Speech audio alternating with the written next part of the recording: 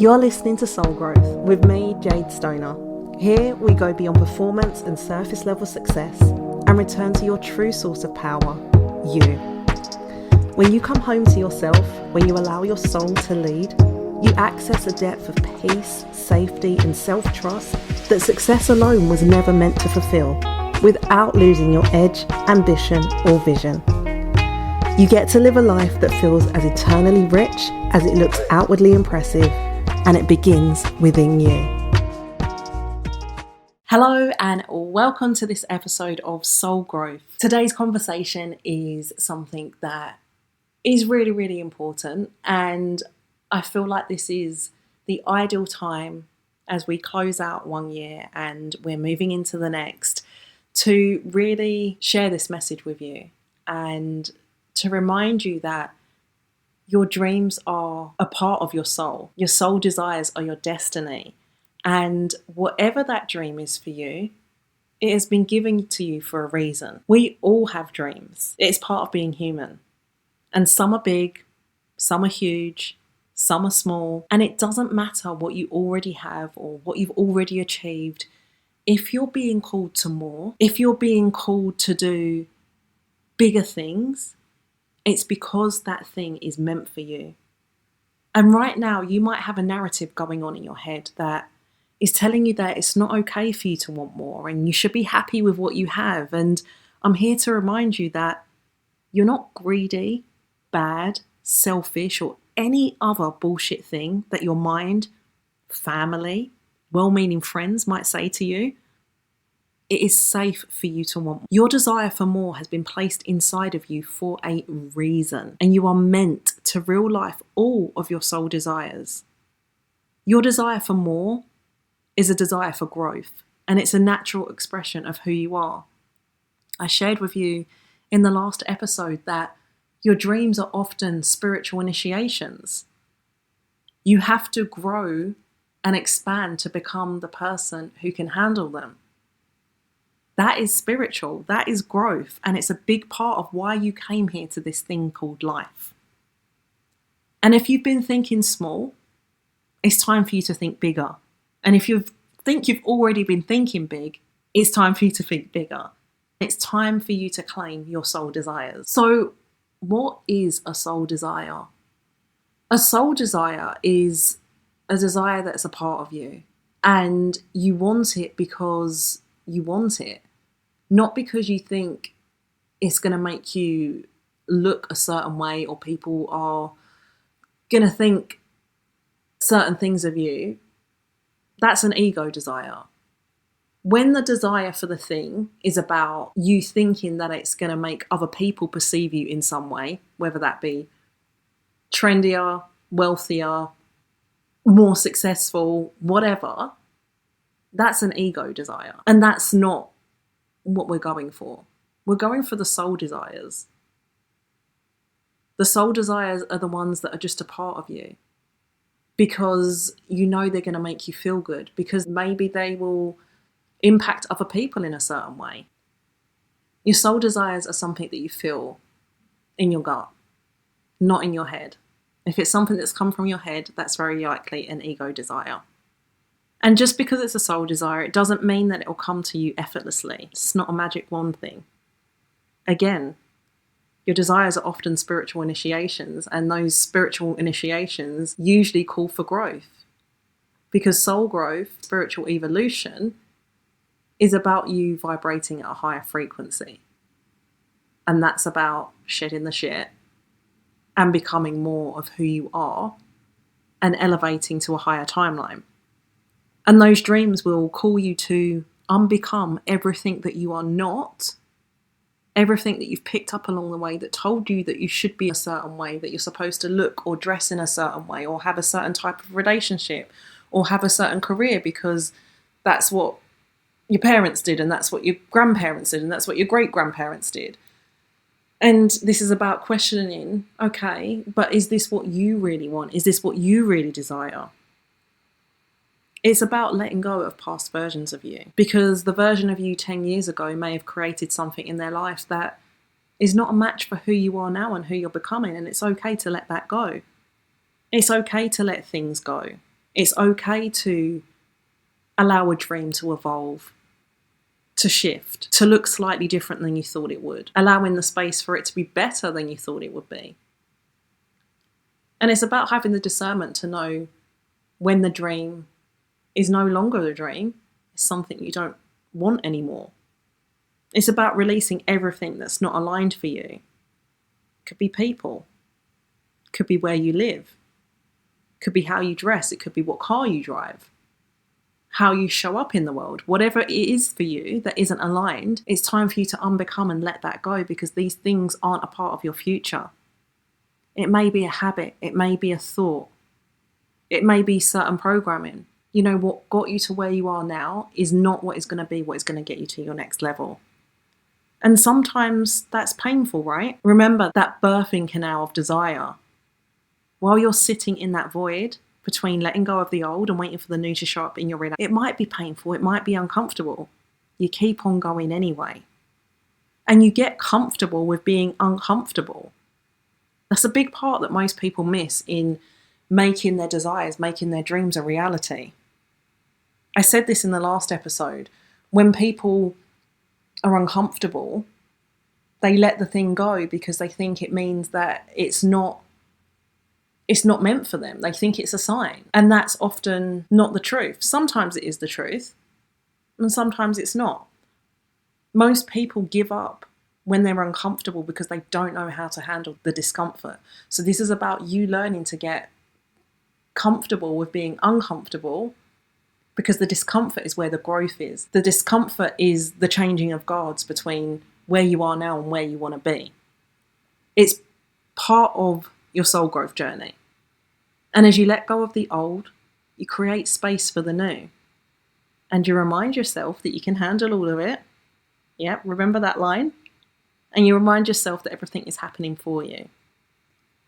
Everything that you've gone through up until now, all the things that you've achieved, all the things that will come from now until you real life your dream, is all preparing you to become the person that can handle the thing that you're calling into your life. It's preparing you for the thing that you want.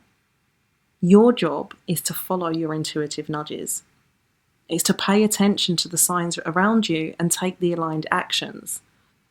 An aligned action, again, it's something that comes from your gut. It's something that comes from deep in your body and not from your head.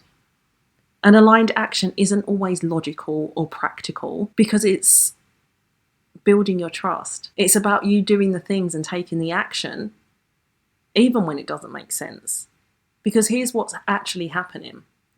Your higher self and your spirit team are guiding you. They're sending you signs. They're telling you the action to take, which sometimes isn't logical or practical.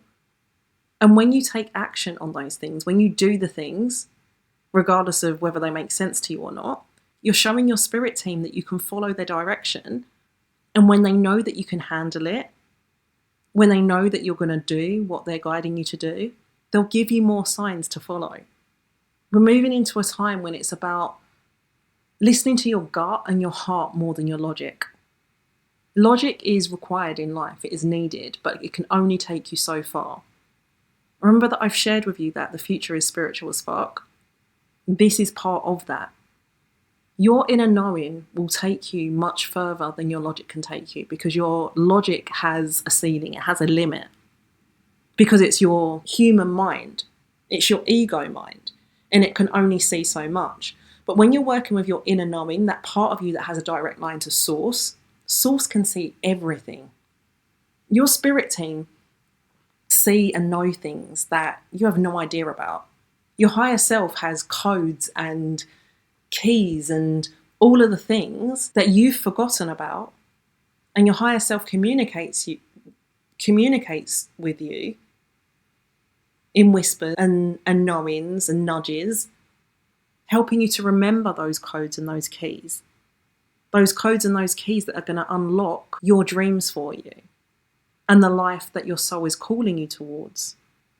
Here's another way to look at it.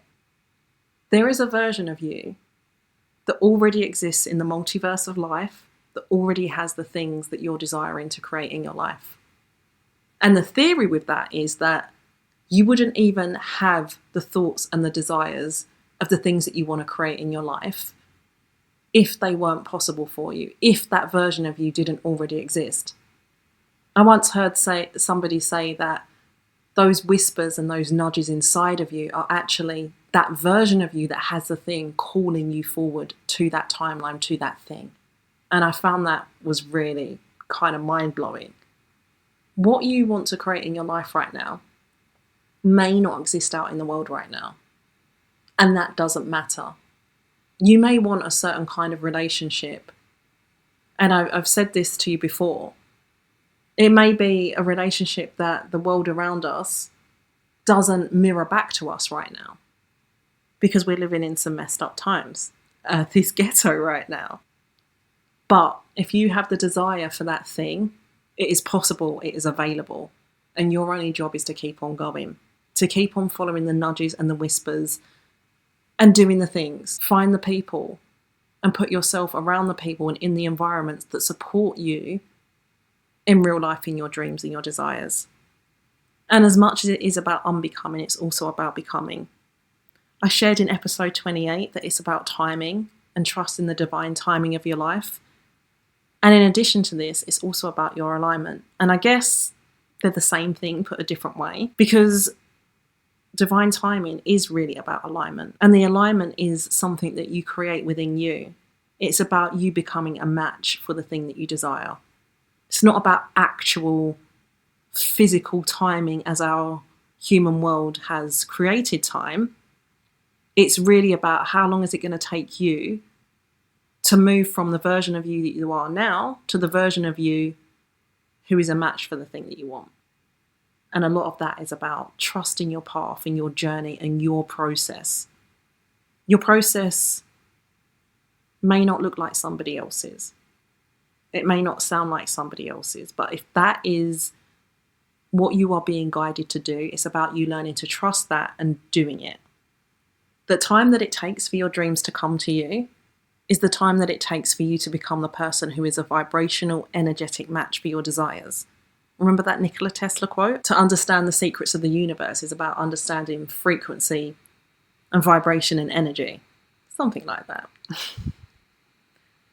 And there are times that you're going to fall down, that you're going to feel like, I can't really make this happen. This thing isn't really possible for me. You're going to fall down, get back up. You're going to fall down again, get back up.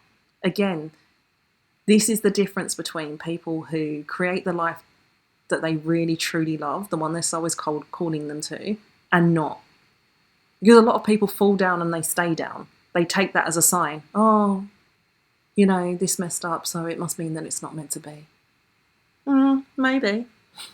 Reflecting on my own journey over the past however many years, I recognised that I stopped for a day, a week, however long, but I always come back. And that's the difference. And this is how dreams are created. We're sold this thing of overnight success in our world, but an overnight success is rarely ever an overnight success, if ever. It's usually years of grinding and failures that have gone before, of that person falling down, getting back up, falling down, getting back up.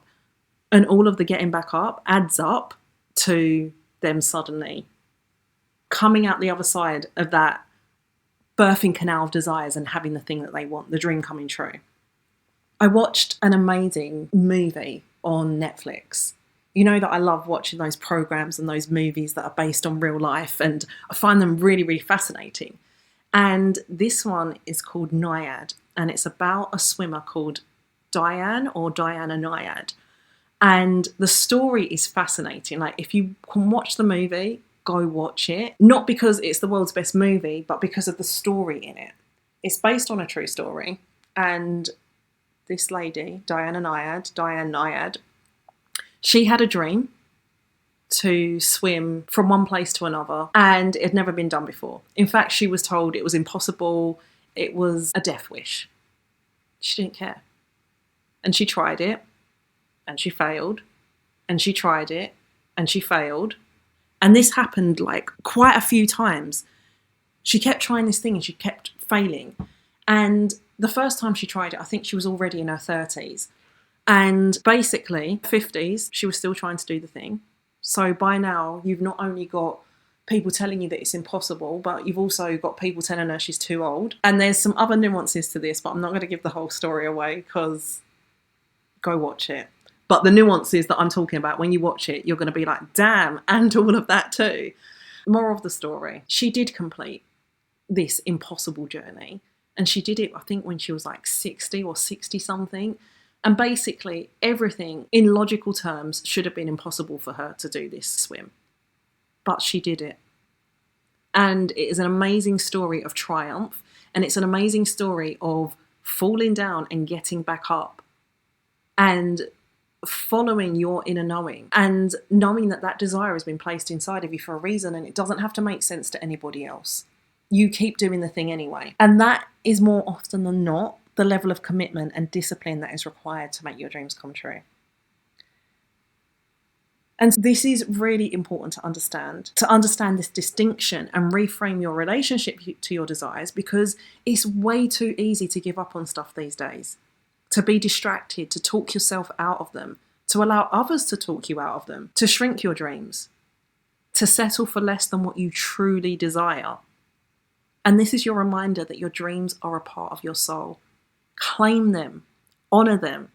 Surround yourself with people online and offline who get your desire for more and support you. And anyone who tells you you're delusional or you should think smaller, they're not your people and you're not obligated to be around them. So pursue your dreams and don't stop until you get them, because those soul desires are your destiny. And eventually, destiny is always fulfilled. Until next time, big love. Thank you for joining me on Soul Growth. There's something in this episode that was meant for you to hear. Whatever it activated within you, trust it, act on it. And remember, it's all soul growth.